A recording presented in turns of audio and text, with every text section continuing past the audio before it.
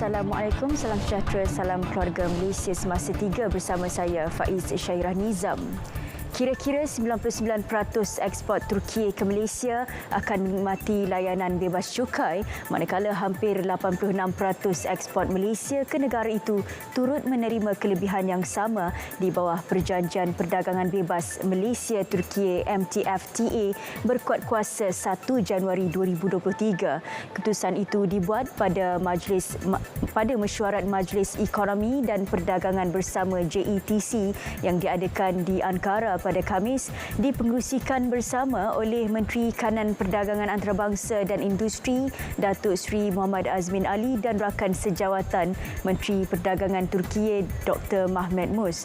Dalam kenyataan, Kementerian Perdagangan Antarabangsa dan Industri berkata pengembangan skop MTFTA akan meningkatkan antara lain aliran silang pelaburan serta meningkatkan mobiliti profesional antara Malaysia dan Turki. Langkah itu juga akan melonjakkan lagi keyakinan pengguna dalam urus niaga dalam talian melalui penyelarasan peraturan dan penggunaan mekanisme pemudacara, manakala perusahaan mikro, kecil dan sederhana turut mendapat manfaat daripadanya kerana ia akan meningkatkan penyertaan mereka dalam perdagangan antarabangsa.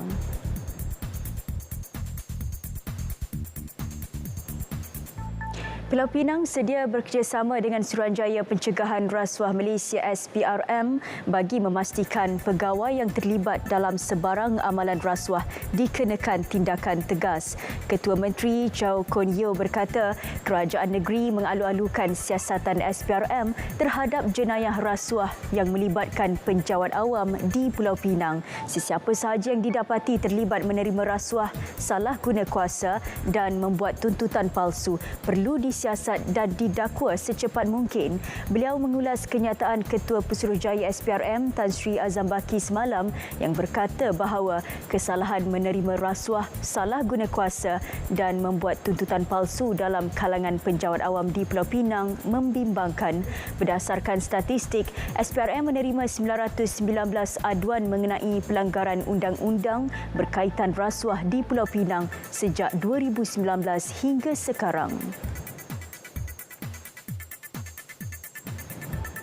2.2 juta saman tertunggak direkodkan Polis Johor melibatkan pelbagai kesalahan trafik termasuk yang dikeluarkan kepada warga Singapura sejak 2014.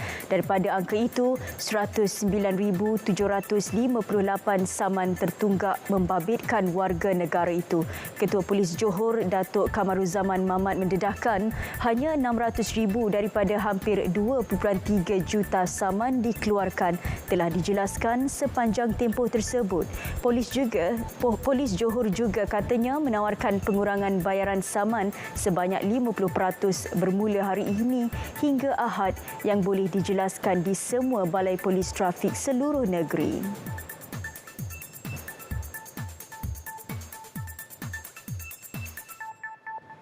28 individu berusia 21 hingga 69 tahun disyaki terlibat kegiatan penyalahgunaan dadah ditahan menerusi serbuan sekitar Pontian Johor. Ketua Polis Daerah Pontian, Superintenden Muhammad Syafiee Taib mengesahkan penahanan berkenaan berkata serbuan menyasarkan lokasi-lokasi panas penagih dadah seperti ladang kelapa sawit dan kampung nelayan. Turut dirampas barang kes masing-masing 58.58 gram heroin serta 0.78 gram syabu. 3 daripada suspek mempunyai rekod dikehendaki polis. Kes disiasat mengikut Akta Dadah Berbahaya 1952.